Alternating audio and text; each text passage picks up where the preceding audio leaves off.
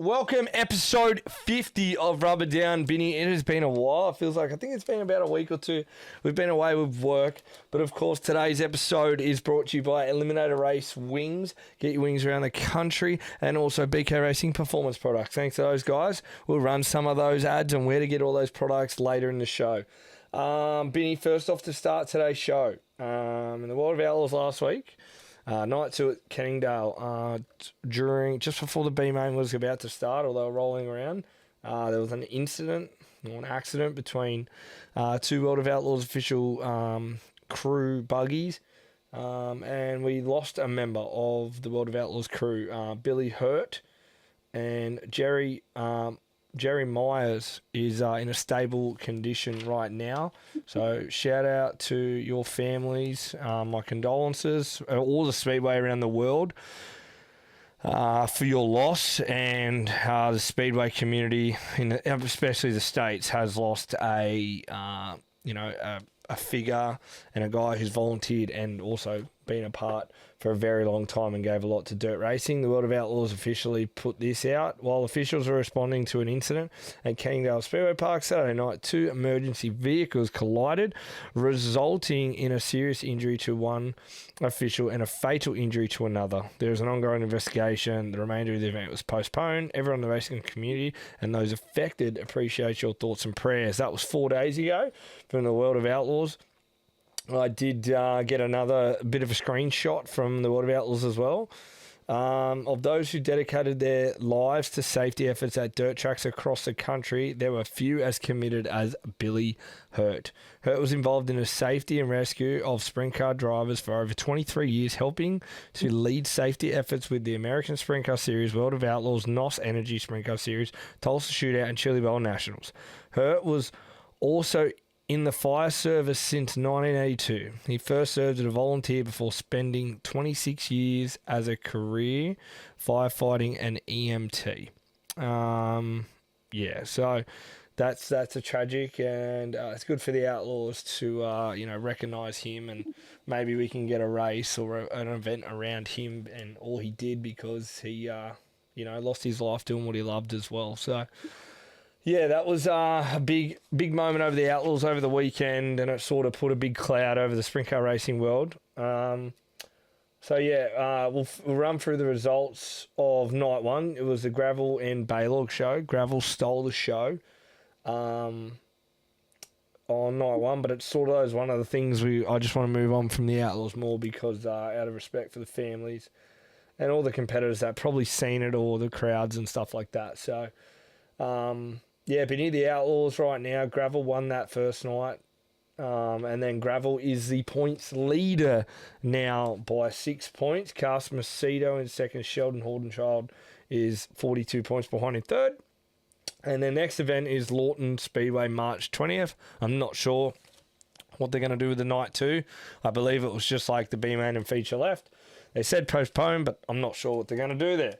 So, Benny, we're going to get straight on to High Limit for their season openers. It was good to see High Limit back, and man, don't they do a broadcast. It's just the best stream I think you can watch by far. Night one, it was a bit of a weird thing. Series owner Larson just did his thing again. Corey Day second. GSL's his second outing in the Spire Motorsports. Did not have a good run with the Outlaws a few days prior, but a good run for the GSL's his 77 Spire Motorsports. Brett Marks fourth, and Tanner Thorson in fifth. Now, Binny, you love your Larson, but man, all the racing he did over those weekends and days is pretty crazy, hey? Yeah, like you saw him get the win in the O'Reilly Series NASCAR event. And he was on the phone while he was in Victory Lane. I still reckon he was on the phone to his crew, saying, "Boys, I'm going to be a little bit late for engine starts and stuff." So he's just a freak, and he just lives and breathes racing. Like, he was over here for High Limit International, and then obviously straight back home, got into some racing over there with the Chili Bowl and stuff like that. And then obviously right into the NASCAR season, and now he's NASCAR and obviously High Limit shows here and there when it works out for him to be there. but just an absolute freak. And I think people have to sit back and appreciate the amount of racing that guy does and the show he puts on for us. I agree with that. Like, he's got his NASCAR deal now. He doesn't have to race dirt sprint cars. He just doesn't have to. And you can tell he enjoys the shit out of it, and he's badass in it. So, he went on to win night 1, and Day was coming at the end there, but he was just too good. Night 2, another non-series guy, old series guy, but not a contractor driver, wins with Corey Day, and man, that was a butt whooping. All right, he did go out in that car and team, man. I think they're going to win some money this year whenever he's available, because he bangs the boards down and there's no boards there to bang, but you know that guy's going to push the car to the absolute limit all the time. Aaron Reitzel, way better night than night 1. Good second. J-Max, strong third in the Tarleton Motorsports car there. Kerry Madsen was looking good for a while, fell back. Tanner Thorson up 8 spots in 4th. And Tyler Courtney, a way better night. I think he was even in the B-main on night 1. So a big night for him on night 2. Night 3, Aaron Reitzel, took it to him, got the lead, and Tanner Thorson was coming. I thought with a late restart, if there wasn't a late restart there, he was on, but can't take it away from Aaron Reitzel. Great drive. Abreu as well, better night with 2 7s, I believe, and then a third on night 3. J-Mac up 5 spots in 4th, and Tyler Courtney up 7. So there you go. The big mover on night 3 was Justin Peck up 13 spots. Now, the points we will get into as contracted drivers, because I believe right now Larson and Day would be like 2nd or 3rd in points as well. But they don't count. So right now we go to the points. Aaron Reitzel leads Tanner Thorson by 2 points. As you see, Tanner Thorson had a top 5 over every round.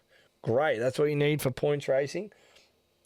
Reigning defending champion Rico Abreu, 16 points behind in 3rd. JL Sersey, 22 points behind in 4th. And Tyler Courtney, 37 points behind. So Tyler Courtney's first night really hurt him, I think. But all the rest was good, and I still think, you didn't hear much of Abreu all weekend, but he's technically just behind Reitzel in points, and Tanner Thorson was a big one. I hope he can continue it out, and we have more than a 2-car show. I hope he keeps title year, because it was really good. And the next night is Central Arizona on today. Well, if you listen to this episode, it's today. There's 3 nights straight away, live on Flow Racing. So, and again, it's the best live stream you'll get. Get your Flow memberships, because you get so much for Flow. It's just one of the best memberships you can get. I just love how it's a membership, not a buy each event. It's the best. Benny, you've seen how good it was over the high limit Perth, and then we had the Chili Bowl and all that straight away. It was so much racing for $30. Yeah, it's awesome that their coverage is world class. It's like watching a Fox Sports event, but it's not Fox Sports. So yeah, it's really cool to see, and as you said, it's good that it's just a membership. You only do that one payment, and you're not having to pay for each separate event, which someone like me really likes, because sometimes I don't get to watch every event. But yeah, just really cool to see High Limit back and underway again, especially after being over there for the Perth High Limit International show. To see Corey Day and Larson continue doing what they did over there is really cool. Yeah, it's pretty badass. It's just, it's the best Flow. I love it. I recommend it. If you had to pick one out of Dirt Vision and that, I'm picking Flow. Even though I've got both like a madman and it's expensive. But yeah, if I'm picking one, it's Flow all day. And because the high limit shows run quicker than any other show. So bang for buck as well. We'll get into some other American results. This is just what I've seen, guys. Not that I've dove into everyone, because I've been driving up and down from Queensland the last week, and yeah, just work's been really hectic, and Vinny can say the same. But yeah, so the other results I've seen is I'm a big PA guy. I like PA. It always pops up on my socials. It just does. So Lincoln had a race meeting. Freddie Raymer got the win there. Anthony Macri second. Tyler Ross third. Troy Wagaman Jr. fourth. And Matt Campbell rounds out your top 5. And then the next night they went straight to Baps Motor Speedway, which Baps looks so cool. That's one of the tracks I really want to see in my lifetime. Anthony Macri got the win there. Chase Dietz in second. Freddie Raymer third. Brock Zifos fourth. And Tyler Ross are in top 5. sort of the top 5 is pretty strong around there, and the guy lately has been Chase Dietz, and Lincoln, he was good, but not the other night, just couldn't get it to the top 5. But yeah, damn, your boy Macri, can when he's on, it's on. It seems like when the 39's on, it's over for everyone else. Yeah, he's a freak as well. He's like Larson. He just rolls in, does his own thing, and gets victories and goes home. Well, generally not straight home. He goes to the next track and goes and steals money elsewhere. Yeah, absolute freak. And I still would love to see him on a series. I just don't know which one I want to see him on. But I'd love to see him run a series and see what he can do. It's hard because you see him so much. It's not like you forget about him. It's not like you forget about him, like saying, oh, he's such and such, like, oh, he hasn't raced in a week or two. Because, like, for example, he could have chose High Limit or Outlaws, and he just heads home to PA and races. Because there's racing there. Like, it's racing right now in America, PA, everywhere. Like, it's go time now. It's just flick the switch and we're on. So it's great, and especially as we come into this period of sprint car racing here in Australia with the Red Hot Shootout is one of, like, now, like, feels like an end-of-year event. Easter's there, but it always feels, Easter feels like a fun time. It's like, hey, we got 3 nights of racing over Easter. How good is this, guys? You know, where before, I don't know, in the past, it used to be like, man, if you win Easter Trail, I think you used to win, like, a Harley and stuff. Like, it was pretty full on. Like, you win some good shit. Well, I don't know if they do that anymore. But anyway. Vinny, also, Perth Motorplex, Maddington Toyota Sprint Car Series Gold Cup. Did you catch any of that, brother? I did indeed. And once again, like the last week's event, it was Callum Williamson really out in front in the Diamond Bay car. Those two, that team and Cal just seem to be really fitting well with each other and working well together. He looked supreme, but unfortunately, with a few laps to go, Caden Manders got in front of him and ended up stealing the win. But once again, you look at the top 3, and they're the top 3 in the points with Caden Manders, Callum Williamson, and Dane Kingshot. Dane obviously at the top of that, and looking to probably wrap up that series. If it's not this weekend, it'll probably be the first night of the grand final weekend, I reckon. And I was on mute, so what I just said didn't matter. The dribble. No. Caden Manders, I just saw it looked like at some points Williamson again. Cal was just out of there. And it's like, go you good thing, you know. And the Diamond Bay boys, we know them well. They're weapons. Josh, Cam, and Brady, but it's just, and then, like, Manders just got him. And, you know, the Manders car has been consistent all year. You take out round 1, Schmozzle. And Kingshot, 114-point lead. I would say it's pretty much done and dusted. Like, I think it is. I don't see him, unless he flips it off 3 times, which I hope you don't, Dane and Matty as well, like we, in the cricket team. But yeah, Kalgoorlie's this weekend. And Kalgoorlie, after some of the video I've looked at, feels like it's going to be another, round, what we just had, Geraldton. Yeah. Similar layout, flatter, looks maybe a little bit bigger than Geraldton lengthwise, but I think widthwise, we're going to see the same type of track. So look out for you guys like your Hardings, or if you're Kingshot, like if they get it rolling with the experience of the cricket teams and setups, and maybe the Diamond Bay boys too, because they've done a lot of travelling and World Series. Like, look how good Luke Dillon jumped in. It was a weapon like it at there. So yeah, I think we're going to see a very similar-ish top 5 at Kalgoorlie. That's my vibe. But yeah, Kalgoorlie International Speedway is this Saturday live on Clay-Per-View.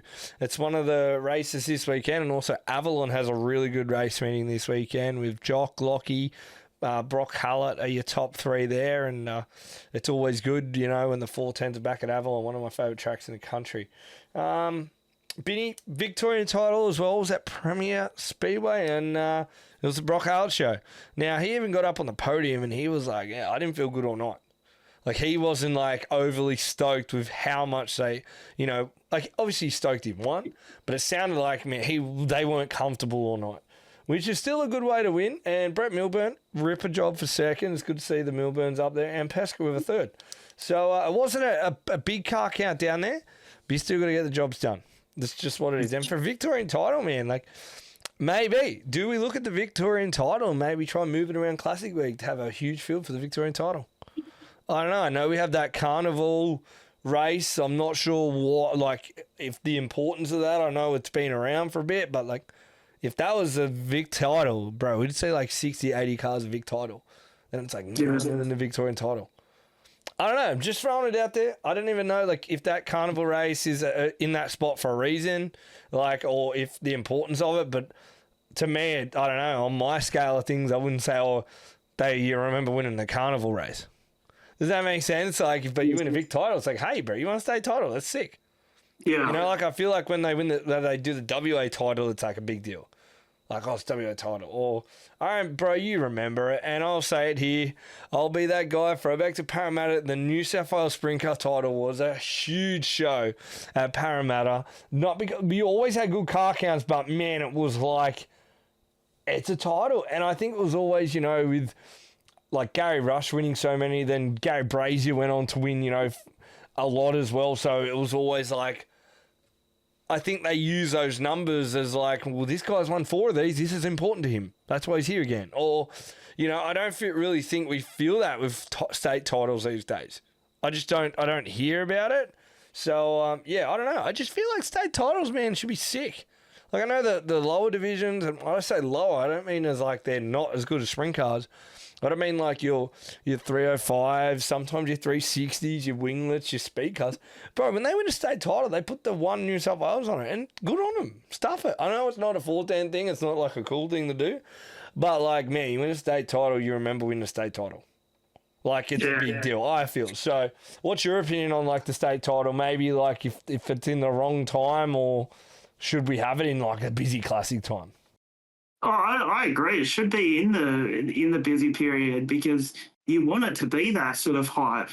I want drivers to be like Thanos trying to collect all the rings. Like, I want them to be like, I've got 5 Vic titles, I've got 2 New South Wales titles, I've got a WA title. Like, there should be a thing that, like, if they're travelling drivers, they want to win each title to be like, I've got the Grand Slam of titles plus an Oz title plus a classic. Like, yeah, it's hard to sort of get those sort of events in the right spots because you got to sort of go off what other tracks do on their calendar and stuff like that. And we've spoken about it before. It'd be good if, like, all the tracks sort of were like, oh yeah, I'm going to run my big event here, my big event here, but they don't do that, unfortunately, because even on the note of, like, Perth Motorplex doing the 100 lapper for the late models. I think it would be awesome to see that as like the late models and sprint car speed week over the Christmas period so we can get some World of Outlaws late model drivers over and get a bigger field of Americans there. Because I just think it'd be badass to have 6 or 7 Americans in the late models and then all the Americans in sprint cars. But yeah, it's probably something that the tracks need to look at, and we're sort of the guys sitting on the outside looking in. But yeah, love to see it happen, but I don't think it's something that we'll see. But yeah, that's all I'm going to say. It's hard, bro, because they've all got to run their own business. You know what I mean? Like, it's like someone's always going to benefit if they all work together. You can't tell me they're not. Like, if Eastern Creek got, well, hey guys, none of you guys can run on January 1. That's my date. Like, bro, that's like the best day. Everyone goes to Speedway on January 1. Or Boxing Day. Like, it's just, everyone has to run a business and make their own things and whatever. It's just maybe the Vic title, you think about it, you can throw another spanner. It's like, maybe they only want Victorian cars there. Then I get it. Like, that's probably going to happen. Like, their registered cars are only there and it's like the best Victorian champion. But that's not the case. Brock Hall's down there, like Q5. Like, he wants a state title. He could have maybe raced the car at Toowoomba because it's Q5, even though maybe the car lives in South Australia. I'm not sure that dynamic, but, like, he's there to win the state title. Like, you know what I mean? And, like, it is a big achievement, winning the state title. The other thing you did touch on there, the 100 late model race. We just went over the sprint car stuff before we get in the 360 title, because man, we got to get into that. Did you watch some of that 100 lap late model? I sort of did it in segments because I didn't watch it live, but man, the last 10 laps, wow. Did you watch much of that, or what was your opinion on it? Yeah, so I probably watched the first 50. And then unfortunately I was falling asleep on the lounge because it was late over in New South Wales. But I watched the highlights of the last 10 laps, and man, it's a cool event, and that's why I want to see it at a good time of year to get some big Americans in it, because it didn't run as long as I thought it was going to run for. From what I heard after the 50 laps were done, it was all pretty much done and dusted in under an hour, which I thought was pretty impressive for 100 laps.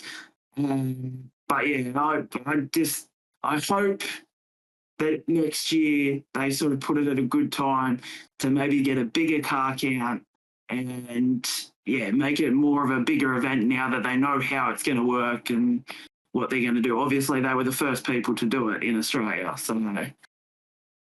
Well, how big was the car count? Don't know the exact numbers.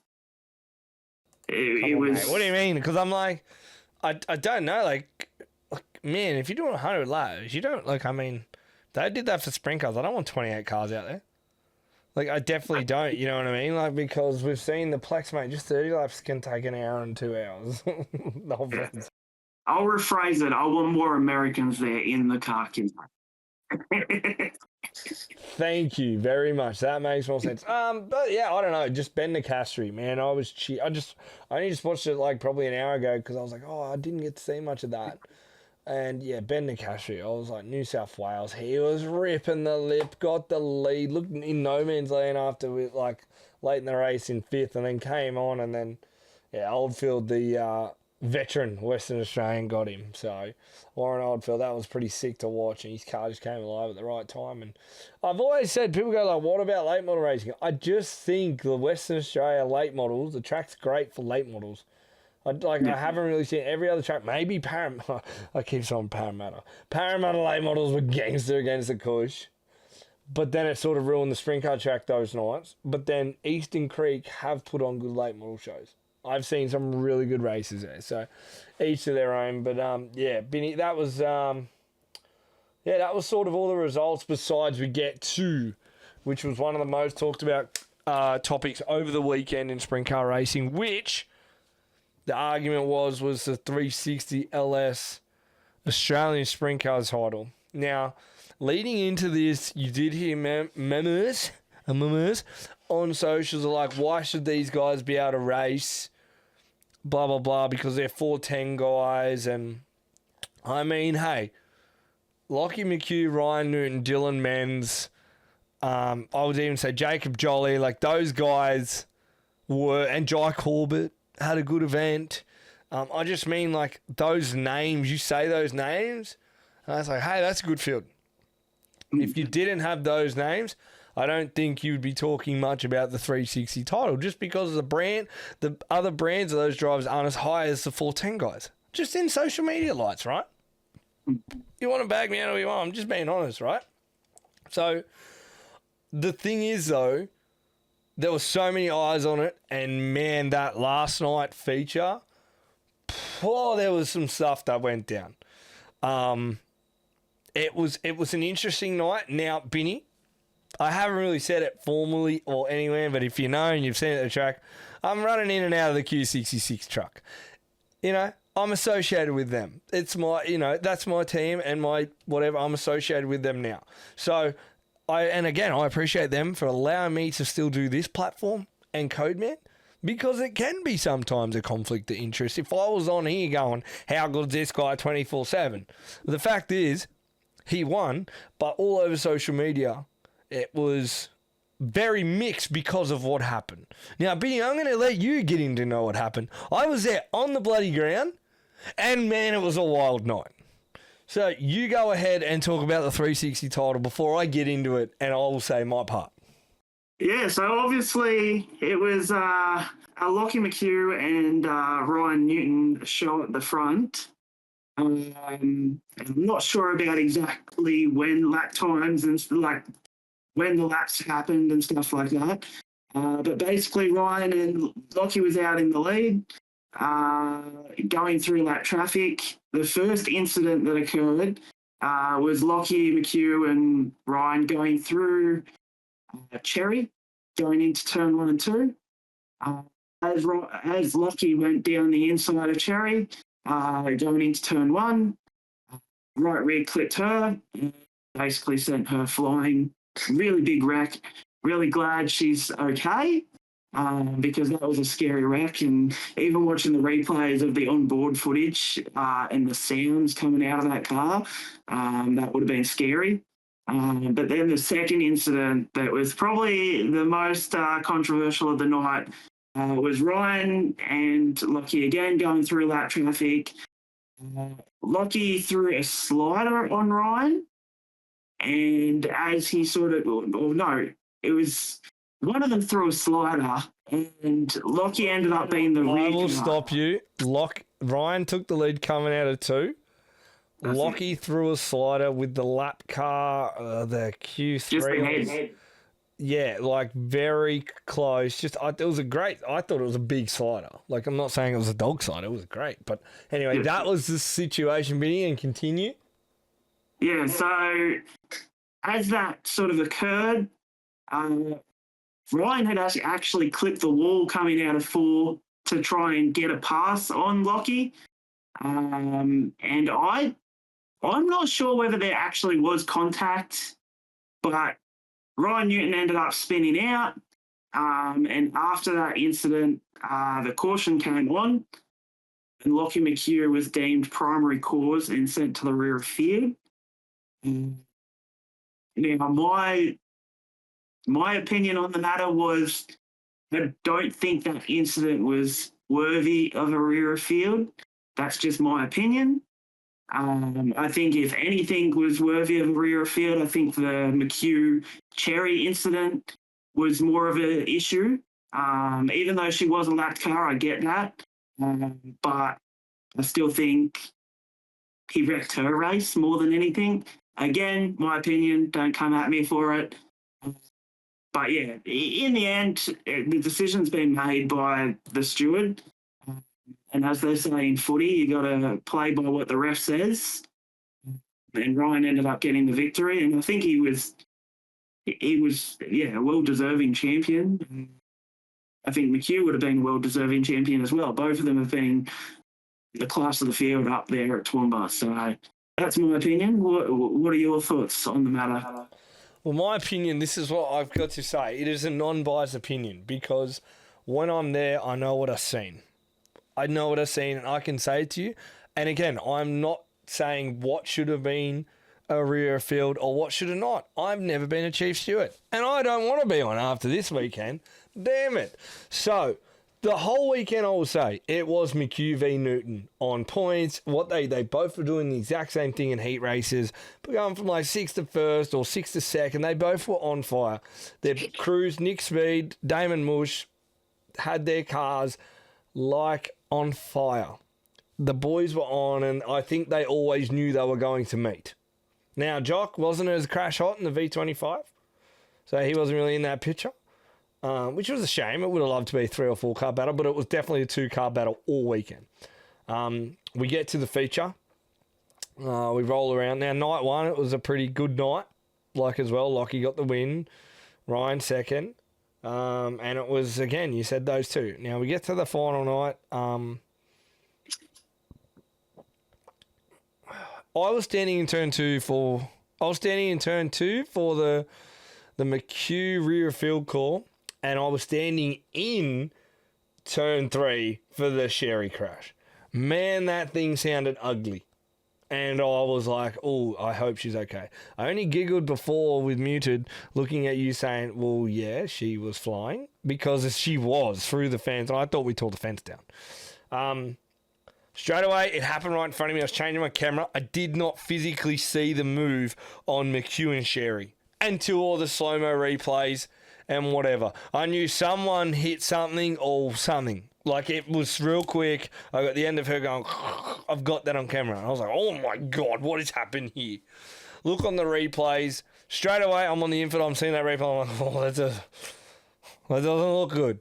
Like, that looks like a... Oh, then you can put your shoe on one foot and go, well, lap car's got to get out of the way. Then you put your shoe on the other foot and go, hey, McHugh, like, oh, you can't be passing lap cars like that. Now, you can even go on to Sherry's onboard footage that has been floating around. She does make an initial turn left, but it's not an aggressive turn. It's just it sort of all happened at once. They all met at the same time. Lockie it looked like throwing a shorter slider so Newton wouldn't slide through him, right? It's just they were racing. McHugh was racing Newton at that point. Mentally, you can tell, right? I'm going to say I was on the ground. The crowd was booing at the big screen replays. And I was like, oh, Jesus, this is a bit rough, right? Because, like, and the commentators were pushing the story. What call are they going to make? What call? Like, they were pumping it up, which they do. And we were all thinking, like, well, what's going to happen now? Because, like, no rear field call, play on. At that point, I'm like, okay, the call's made. Great, we get to see Ryan and Lockie race again. That's what I was just waiting for. I'm filming, doing everything. I'm like, oh, yeah, this is a sick battle. This is awesome. We get through, they're racing. Lockie gets the lead. Then Jacob Jolly was the unsung hero of the weekend. I thought he had a great weekend. I would love to see him get it going at 410. I think someone should look at that and go, hey, he raced with some of the good guys and was clean and competitive. Then Newton battled Jolly for a while, got back by him. Then we got to lap traffic again, and it felt like it was on a yellow or something. And then we get to the moment you talked about. Now, I was in turn 2 on the media little tower, which people can see if you ever see. You'll see me there in a pink vest. I always wear a pink vest. I'm filming. As this happened live, because it happened so quick, I'm like, oh, no, we spun out. Oh, like, Ryan spun out. Lockie kept going. What just happened? Like, it all happened, right? And then, sorry for the clap in the ears. And I got the replay on my camera and I'm looking and I'm like, oh, Lockie's tagged the wall, and we've sort of tagged him at the same time. Like, everything sort of happened. I was like, Lockie tagged the wall. And Ryan, like you said, like, got the cushion a bit behind him, right? And then Lockie sliding, like, to make the pass, got the wall, like the right rear, and from the front on, he's like hitting the wall. I think they're racing so hard, bro. To me personally, to say it was careless by him, I don't think you can say that. Like, I really don't think it was careless driving by Lockie, because those two have won how many races, and they were sending and racing each other hard. Now, on some angles, you can clearly see that either Newton hits him or doesn't hit him. But he obviously, that happens because of they're all racing so hard. Me personally, I would have loved if we just got a restart and watch those two race again. Play the blending rule. Ryan goes back to second or maybe third. I don't know what the blending rule is, if it's 50% of field have to pass, whatever. But Ryan kept it going, and good on him. Like, because straight away, the gut in me goes, oh, now the race is done for, like, anyone trying to, Lockie's going to be too good now. Race goes on. They make that call. Now, they made that call really quick. And I think that's the thing about what everyone on socials is going, what? Because I was like, the team I'm involved with, the guy's like, oh, no, damn it, what's happening? I look up and I see McHugh shaking his head in his car, because it's T-bar in the infield. You can see the driver's pretty good. He's shaking his head, and Ryan's back in front, Emma's going past him. I'm like, what is going on?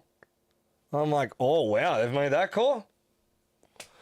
All right, this won't be good on socials. Like, because I just don't know if it was justified for rear of field. And then, this is where, like, people, you go, oh, well, this is coming from Team 66. No, it's not. This is my opinion. Do you know what I mean? I would have loved to see them race and we get a result. Yes. You know what I mean? But it's what it is. It's motorsport. There's probably been worse calls in the past. But I do really feel for the people on social media that are saying you were robbed and you were this. Like, you don't even know what the result was going to be. Jai Corbett could have slid both of them and won from third. I know maybe he didn't, but like you don't know he was going to win, or like Ryan was going to win. Like we don't know. Like it's just one of those things where social media with this, where you were robbed. I even seen people on Ryan Newton's social saying gifted and whatever. I was like, bro, those two, McHugh and Newton, all weekend busted their ass and were the best. They deserved to be at the front. They weren't gifted anything. They raced their ass off, and their team was amazing all weekend. Right, and that's kudos to Nick Speed leading the N7, and Damon Mush is now leading the Q66. Like, they working their butts off, and they deserve to be at the front. Now, the word gifted giving someone, that's crazy, because the drivers do not make any calls. It's a one-way communication system. They are told what is going on. They could have said, hey, McHugh and Newton both out of control, both the rear. What would have been done then? Poor Jai Corbett wins and then he gets told gifted? Or you don't deserve it? Like, come on, man. This is the one thing about social media and that one thing that, I said one thing again, because it's just very frustrating to read when people are saying, like, it comes back to the drivers, like, that, you did this, or you were gifted, it's just, that is not right. And I think it's even the same. Like, I feel like we've seen it in the past with like Cal Williamson sometimes with Perth fans. You're either a Cal Williams fan or not, and when he's not going so good, they're the first ones to rip in. And I get that social media. Once again, I will say no biased opinion here. I would have loved if we got a restart and it was just those two boys at the front. I am not sure. I'm with you. Maybe rear of field for Sherry. I don't think so for the one with the Newton collection. And, collection, they barely even touched. Yeah. You know, it's like it all happened at the same time. McHugh tags the wall. He wasn't going to spin, but then it's like Newton hit him out of the wall. And it was like, boom, you even see him do a wheel stand. Because it's like it all happened at the same time.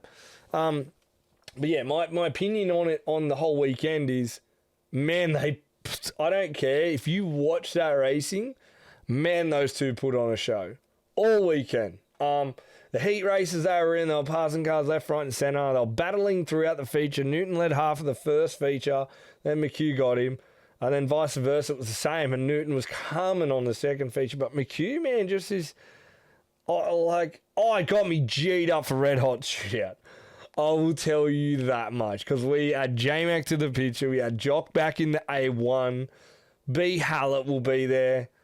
Oh, man, give me Red Hot Shootout, because we are going off the back of that emotional night of, the so-called Stewart calls and whatever. And I'll say it, like, Wayne Baines, he's been chief steward for a long time, man.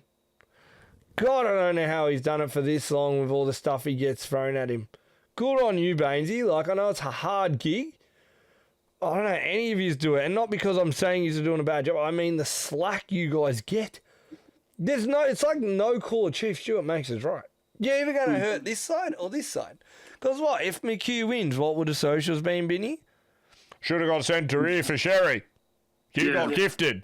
Like, but it's not, because you know what I mean? Or I don't know. It's just, social media is hard, and if you were there, I think you would have seen the real picture, but watching it on pay-per-view and whatever, I don't know. I just feel like he got sent to rear real quick for that last call. And even I was like, huh? Like me was, huh? And this is not, again, like you can't take any away from Ryan and the team for what they did.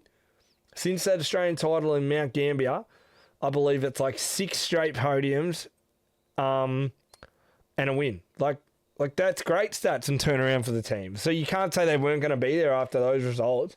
And heading into Red Hot, it's the last race for Team 66 for the season before America. They're going to be ready to go. They're pumped up. So I'm pumped up because, like, you're going to be there. We're going to send it. Like, it's going to be Red Hot is such a special event. I can't wait. Yeah, that's my opinion on it. Like, does that make sense, Vinny? Some of my opinion is, like, when I'm there, I'm telling you how it felt, but then also, like, what I seen, I was like, not sure. But again, if it was the other way around and it was Ryan to the rear, I think everyone's going to be the same. Like, people would have said, Lockie, you got Lockie, maybe. Ryan was coming. I don't know, or vice versa. It's just it's so hard to beat. And this is why, I mean, in a week or two, we'll forget about it.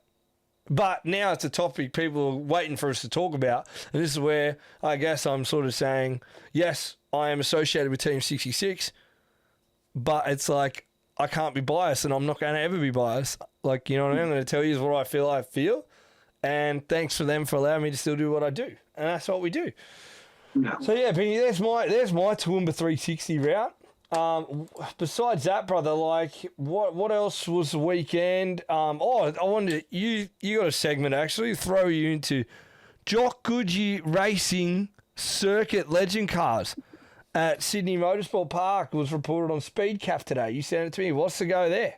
Yeah, so the Australian Autosport Alliance has set up a championship. It's a 4-round championship going across a couple of different circuits.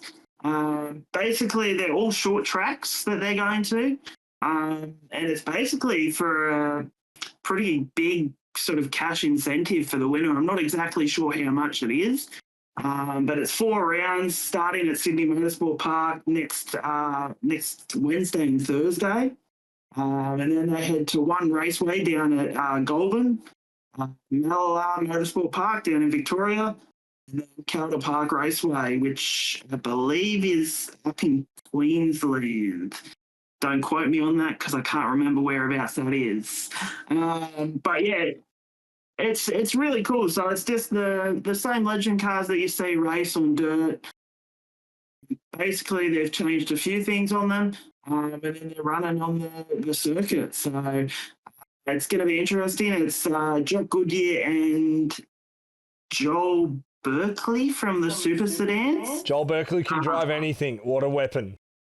So, yeah, it's really cool. And the whole 4 rounds is going to be broadcasted by Clay Per View. So it's their first ever sort of broadcast of a non-dirt racing division. So, yeah, really cool to see, and cool to see Clay Per View sort of changing it up and getting into some circuit racing, because we all know I love my circuit racing as well as my dirt racing. But yeah, I'm excited to get out there Wednesday night and just have a look at how Jock goes. I believe that the nights are set up exactly how Speedway nights are set up. So it's a random heat draw. It might be like a 10-lap race. And then they come in, they have like their B dash, and then they've got a main feature race. So really cool. And I hope Jock's plate scheme on his little legend car is going to be something cool, because surely he just does it like his car and similar to his car, like his sprint car. But yeah, it's going to be really cool to see. How do you know he's even, like, if it's his own legend car, or he's just jumping in someone else? I don't think he's going to worry about the colour of a pro. Yeah, but I just want to see some like Jock Goodyear touch to it. Like maybe one side have the normal driver's livery, and then on the other side have Jock's. You don't ask much, do you? Jesus Christ. Well, if you go out there, make sure you film some stuff and maybe get like Jock's opinion or maybe a little interview. Do your job for once. That'd be good. Whoa. Yeah, so besides that, brother, that's all the dirt racing. I think from me, we've got literally High Limit. Should be on now if you're listening, or was today. Outlaws kickoff. This weekend, Avalon Raceway is on for 410 Sprint Car Racing. Maddington Toyota Sprint Cars in Perth. Oh, no, Kalgoorlie. And then, yeah, do you want to touch on any of your F1? Or I know you're a bit off it because Max Verstappen sucks right now. But, yeah, is anything you want to touch on there, mate? F1's new regulations are crap. Bring back the old regulations. That's all I'm going to say. That's it. You're not going to explain? Like, for a dummy like me, what is this? You said, like, Piastri and all that didn't even get to start the race or some crap. Like, talk to us, or maybe... yeah, ask more listeners like myself about these relegations, or like Kim Antonelli was the youngest ever to win and blah, blah, blah. Yeah, so basically Formula One has brought in a whole heap of new regulations that involve batteries, a different sort of DRS system where the front wing does the same as the rear wing. And it's just... a lot of teams don't have the handle on it, and I don't even think the teams that are up front have a handle on what is actually going on. So there's a lot of charging batteries while they're driving. So it's a little bit like, and this is how the drivers are comparing it, it's a little bit like when you play Mario Kart on Wii. Basically, sometimes you can have a red mushroom that will make you go really, really fast. And then sometimes you have no mushroom and not be able to go as fast as the other guys because you don't have that. You can't have no mushroom. Yeah, so, well, that's what's happening. A lot of the cars are, and this is happening at the start of the race when they're taking off. Some of them are having no battery power to be able to take off as fast as the other guys, which is, it's just really shit. I'm going to say that. It's just really shit. I think that if you had have stuck with the same regulations as last year with a few adjustments, I think you probably would have had four manufacturers up the front fighting for a championship instead of just I think it's only going to be one manufacturer and their two drivers that are going to be fighting for the championship, and that's Mercedes. Because we obviously saw George Russell win in Australia, and then Kimi Antonelli win in China, which was his first ever win and youngest winner in Formula One. So really cool to see. But yeah, I just think that, and when you're getting majority of the drivers coming off the track and saying the cars are crap, that's when I think the sport needs to look at it and go, yeah, look, if we're not pleasing our drivers, they're not going to be pleased to go on interview and do stuff with their sponsors because they're not happy being there. But yeah, anyway, it's Mercedes show at the moment. Hopefully, over the next few rounds, unfortunately, we've got 2 rounds that have been scrapped because of the dilemma in the Middle East. So we're down to now only 22 races instead of the 24. So yeah, hopefully towards the middle of the season, all the teams have their handle on the cars, and we can really get a bit more of a championship fight than what we've currently got. Eliminator race wings are Australian manufactured with recessed rivets for extra strength. Manufactured with 6061 T6 aluminium for lightweight and strength. Sprintcar top wings, dished and flat, along with front wings. Right now, to finish off, of course, Eliminator Race Wings, thanks for the support of the podcast this season. But now we're going to move into our top 3 BK Racing performance products of the week.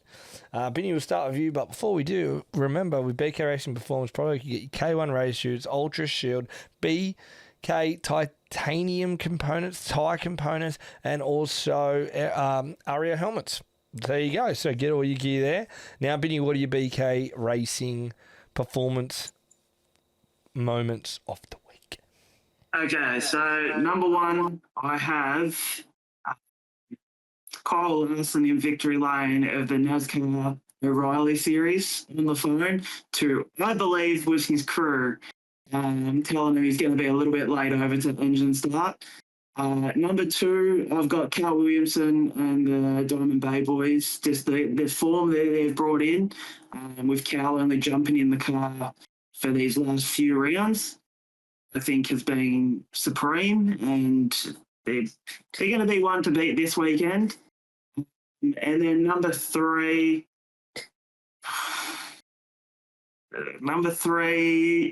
I'm going to go Donny Schatz, still making moves in the world of Outlaws. I think he came up like 17 spots the other night or something in one of the feature races. So. All right, so they're your top 3. My top 3 moments are I'll start with number 3. I know you start with number 1, but I always start like 3, 2, 1. So number 3 for me is Brock Hallett just winning at Warrnambool. It seems this year that car, whatever they've got at Warrnambool, is great. Vic title to Brock Hallett. Number 2 for me is Manders. Just getting the job done. I mean, it's pretty cool. And I think leading into next year's series, watch out for them. Push them for the Maddington Toyota Series next season. And number 3 is the whole 360 LS Night 2 feature. The McHugh incident with Sherry, then the Newton side. I just think all that was an entertainment filled feature that I think we still wanted to watch Ryan and Lockie race at the end, but man, moment of the whoop, jeepers. And it was cool. So yeah, they're my top 3 moments, and this weekend get round all your sprint car racing, all your dirt racing as well. And Benny, yeah, there's episode 50, brother. Do you think we should have got through 50? I don't know if we should have, but we have at the moment. I don't know, but I feel like I need a cricket bat to like do my little to the crowd.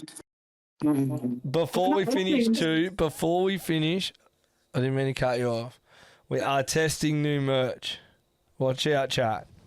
All right, if you last to the end, it's Rubber Down merch. It's got the new merch on the back. The boys, look, it's there somewhere. We are testing, and you guys should be able to buy them online soon. It's only going to be online. I ain't having them all here or carting them around the track. No, maybe.